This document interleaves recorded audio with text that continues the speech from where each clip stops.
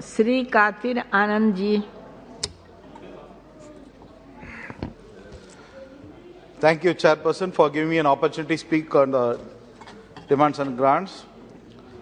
Madam, last 8 years, the farmers' income has not doubled at all. We can see from the figures that the number of suicide cases only has doubled. When a complete analysis of the farmers, when we see the number of cases because of the suicide, it results that the farmers have not been benefited from this government at all.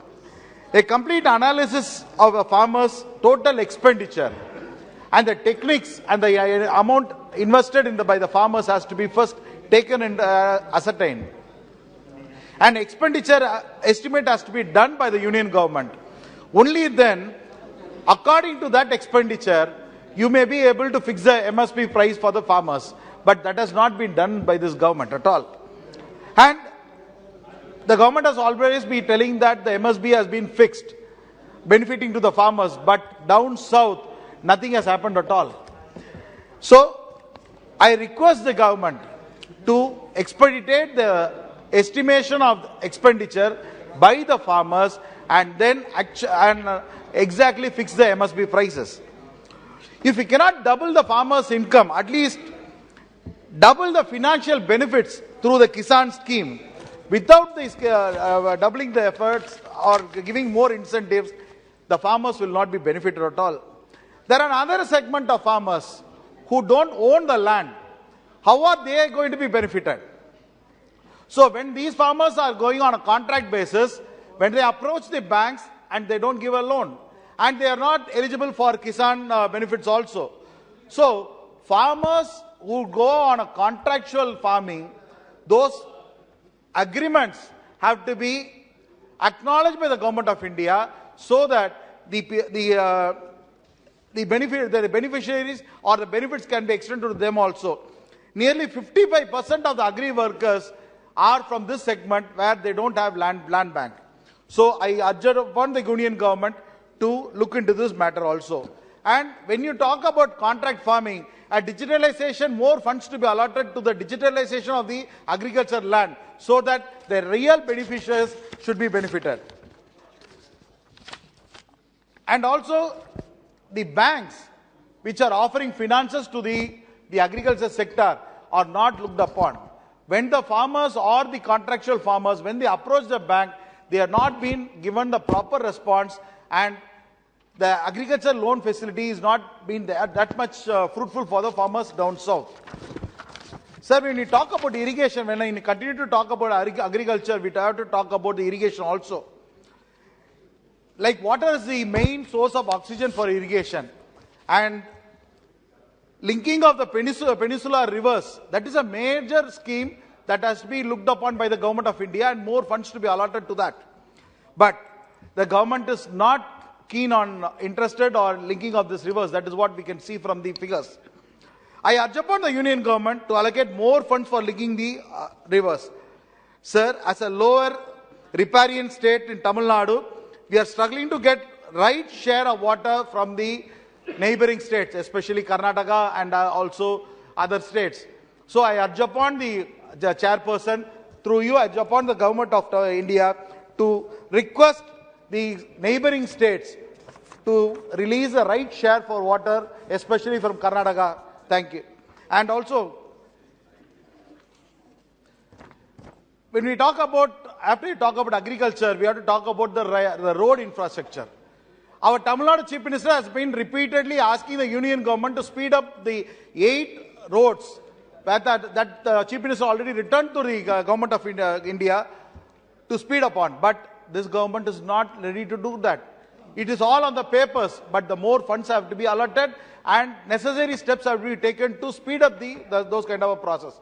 And this government has to look upon not only allocation of the funds, but also materializing those contracts. So I urge upon the government of India, union government, to look at road sector and implementation as soon as possible, sir.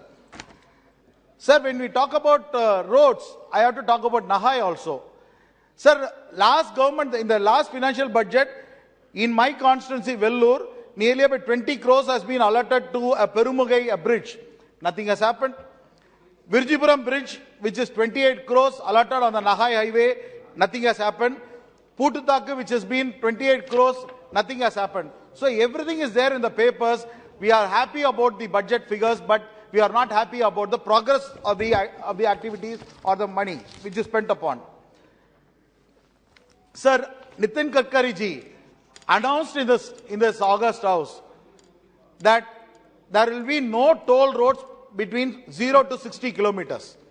That is what is the announcement that has been recorded in this House. But in my constituency, they have built up a toll road in Vellore parliamentary constituency, in KV Kuppam assembly constituency. They have built up a toll road. I was the convener of the meeting along with the district collector. When I asked the Nahai authorities, they were stubborn and they didn't give me any answer at all. They said, we just built it. There are no evidences, there are no paper records to substantiate the toll road. So the 0 point is Bhadrapalli in Andhra Pradesh. From there, the toll road is less than 12 kilometers, but they have built up a toll plaza. I urge upon the union government to abolish it as soon as possible. Sir, regarding railways, I don't know why this government, whenever a member of parliament approaches the railway ministry to requesting them to stoppage of any trains or any facility, that has not been acted upon. But a number of money, crores and crores, has been spent by the railway department, but as a member of parliament, when you go and ask for simple things, it does not happen. But I'm concluding, madam. 2 minutes, I'm concluding, madam.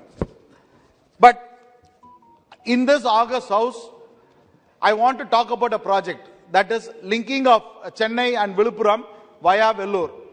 So that project was commenced, funds were allocated. That is only one lane. But this government went upon taking up of nearly land bank where 40,000 people are living. Without any notice, the government has started doing that. That is in my Vellore constituency. I urge upon the government to stop that. Take land, whatever is required, but don't take away the people's lives from there. That is one important thing, sir. Another important thing, so much money is being spent by the railway department. I'm coming to 1 minute, only 1 minute. I'm in my Vaniyambadi constituency. Right from the day I was elected and brought into this house, I am asking for one LC81 bridge. Every year I've been bringing it to the notice of the government, but it has not happened. I'm finishing my last only 1 minute, very golden minute, madam. I am telling this August House, sir, I want the LC81 bridge to be constructed as soon as possible, funds to be allotted. Number 2, in my Vellore constituency, if the government is still stubborn in taking away the lives of 40,000 people, I'm telling this August House, after my resignation, on my deathbed only, the people can be moved away from this house. So I tell this government that extra land to be stopped. Next speaker, Sri DNV senthilkumar.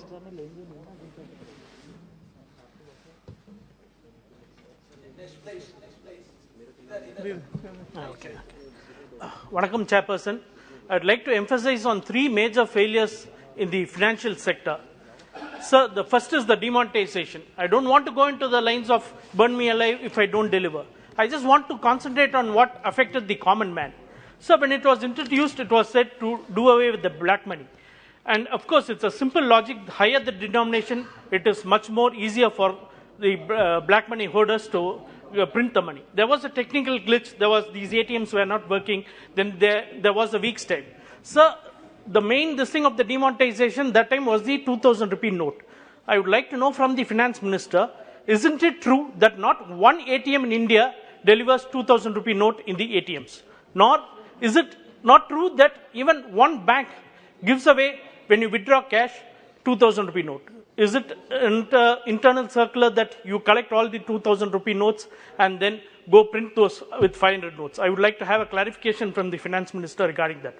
So that was a major failure in the demonetization sector. So coming to the second point, there is 2.4 lakh crores defaulters, and these defaulters are not the common man. These 2.4 lakh crores is defaulted just by 16 people, and these 16 people just belong to the BJP ruled states. Isn't it the duty of this government to go collect money from the defaulters? It's not the problem with the common man. So another one major, the third main factor which I would like to stress again and again is that I would like to have a CAG audit on it. Sir, the intention of the government in Swachh Bharat to give toilets was a very, very welcome scheme. It is to eradicate open defecation scheme. But the amount, say from rupees 10,000 to 12,000, which is both state government sponsored and union government sponsored. Madam, I would like to reiterate again and again say that 12,000 rupees, not 10,000 rupees is not at all enough to construct a functional toilet. And I take it as a challenge. I will give you 12,000 rupees. You send me anybody from your ministry, from your finance ministry, and show me that with 12,000 rupees a functional toilet can be built. So what I mean to say is 10.9 crore people, they have built a toilet. And in Tamil Nadu alone, it is 55 lakh people. The amount that they have spent is 66,000 crore in Tamil Nadu, and throughout India, it is 1,30,800 crores. So this money has just simply gone not just into the drain, it has gone into the sewage.